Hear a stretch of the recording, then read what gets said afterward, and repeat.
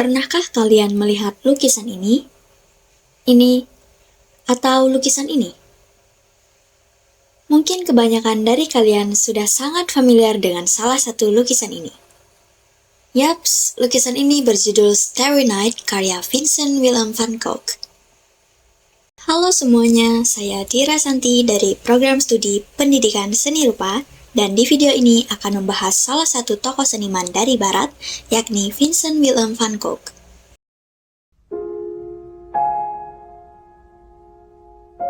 Tahukah kalian bahwa Van Gogh baru memulai perjalanannya sebagai seniman saat berusia 27 tahun?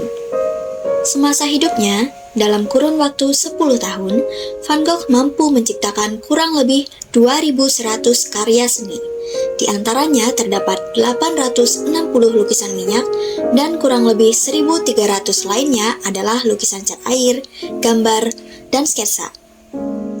Sebagian besar karya-karyanya dibuat dalam 2 tahun terakhir di hidupnya. Hal ini merupakan pencapaian yang luar biasa, mengingat bagaimana perjuangan Van Gogh dalam menghadapi kemiskinan hingga masalah kesehatan mental semasa hidupnya. Sumber primer yang paling lengkap mengenai kehidupan Van Gogh adalah surat menyurat antara dirinya dan adiknya Theo. Terdapat lebih dari 600 surat yang dikirimkan Van Gogh kepada Theo. Lahir dengan nama lengkap Vincent Willem van Gogh atau lebih akrab dikenal sebagai Van Gogh adalah seorang pelukis post-impresionis dari Belanda dan menjadi salah satu tokoh seniman paling terkenal dan berpengaruh dalam sejarah seni di Barat.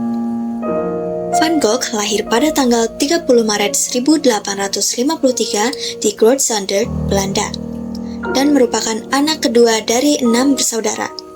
Salah satu saudara yang paling dekat dengannya adalah adik laki-lakinya yang bernama Theo. Van Gogh bersekolah di Zevenbergen selama 2 tahun, kemudian pindah ke King Willem II Secondary School di Tilburg dan bersekolah di sana selama 2 tahun. Namun, dikarenakan masalah ekonomi, ia berhenti sekolah saat umurnya 15 tahun. Sebelum menjadi seorang seniman, Van Gogh sempat menekuni beberapa pekerjaan. Pada tahun 1869, Van Gogh bergabung dengan firma Goupil & Cie sebagai pedagang seni. Pada tahun 1873, ia dipindahkan ke cabang perusahaan yang sama di London. Van Gogh tinggal di London selama 2 tahun. Ia sering mengunjungi berbagai galeri dan museum seni.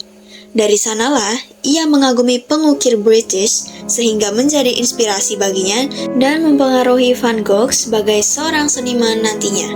Pada tahun 1876, Van Gogh berhenti bekerja di Goupil & Cie dan beralih profesi sebagai guru di London.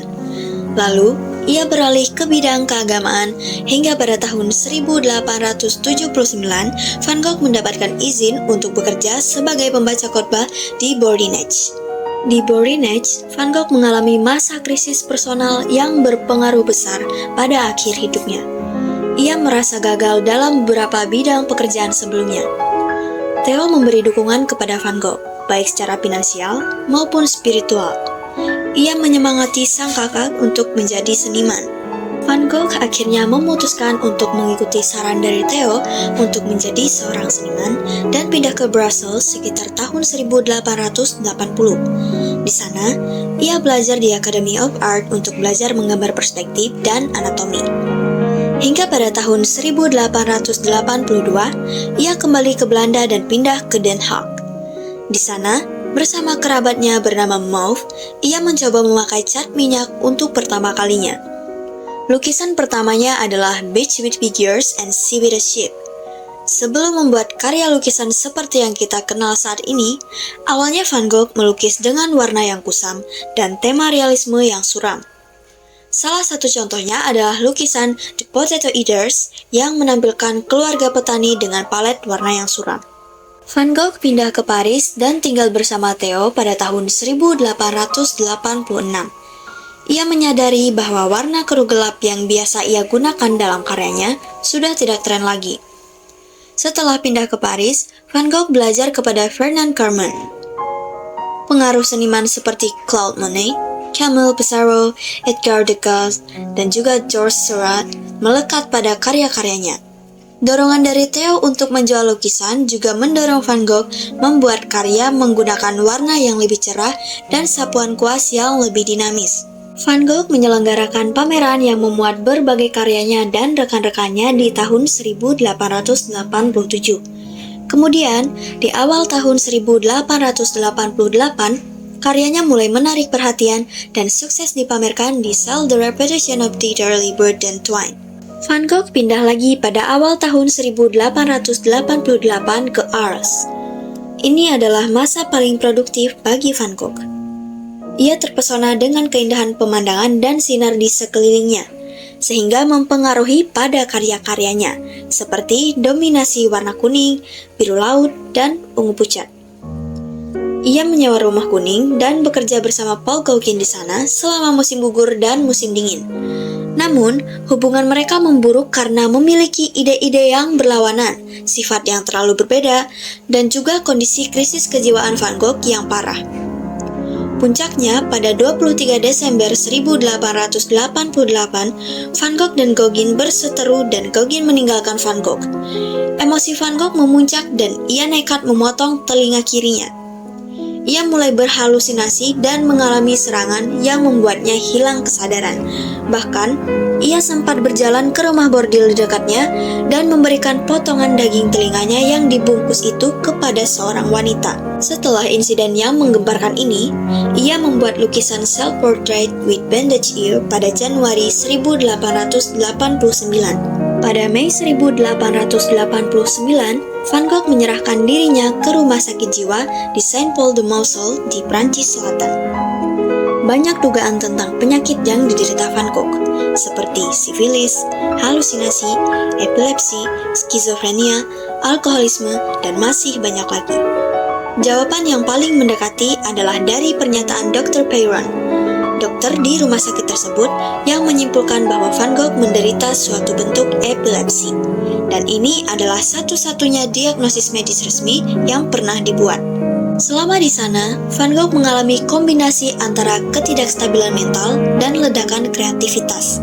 Beberapa lukisan terkenal yang ia buat selama di rumah sakit seperti Irises, Starry Night, dan Whitfield with Crows. Gangguan kejiwaan Van Gogh kembali kambuh dari Februari hingga April 1890. Tetapi, ia masih bisa melukis dan menggambar pada masa itu.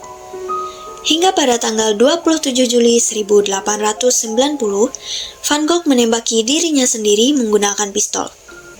Ia sempat bertahan hidup, namun sayangnya pada tanggal 29 Juli 1890, Van Gogh meninggal dunia. Kematian sang kakak membuat kesehatan Theo memburuk dengan sangat cepat. Ia dirawat di rumah sakit pada pertengahan Oktober 1890 hingga pada tanggal 25 Januari 1891 ia meninggal dunia karena efek sifilis. Setelah kematian Van Gogh, pameran-pameran digelar di Brussels, Paris, Den Haag, dan Antwerpen untuk mengenang dirinya. Johanna, istri Theo, mengorganisir karya-karya Van Gogh untuk dipamerkan dan menyebarkan surat-surat antara Van Gogh dan Theo. Pada era 1950 sampai 1960-an, keponakan Van Gogh yang juga bernama Vincent Willem van Gogh, putra dari mendiang Theo, mengupayakan pelestarian dan pengakuan atas karya-karya mendiang pamannya. Ia dilibatkan dalam sebuah proyek pembangunan gedung untuk mewadahi karya-karya peninggalan pamannya agar nantinya dapat dipamerkan dalam keadaan sebaik mungkin. Akhirnya, pada tahun 1973, gedung yang dikenal sebagai Museum Van Gogh ini dibuka di Amsterdam. Meskipun menghadapi banyak kesulitan dan tidak mendapatkan pengakuan semasa hidupnya, Van Gogh terus berkarya tanpa henti. Ketekunannya menunjukkan betapa pentingnya semangat dan dedikasi untuk terus berkarya. Dari kisah hidupnya mengajarkan kita bahwa seni adalah bentuk komunikasi yang kuat, wadah untuk menyampaikan perasaan, dan menunjukkan bagaimana seseorang memandang dunia. Semoga pembahasan ini tidak hanya memperkaya pengetahuan kita tentang sosok Van Gogh, tetapi juga menginspirasi kita untuk menghargai keunikan dan keindahan dalam diri kita sendiri. Terima kasih telah menonton video ini.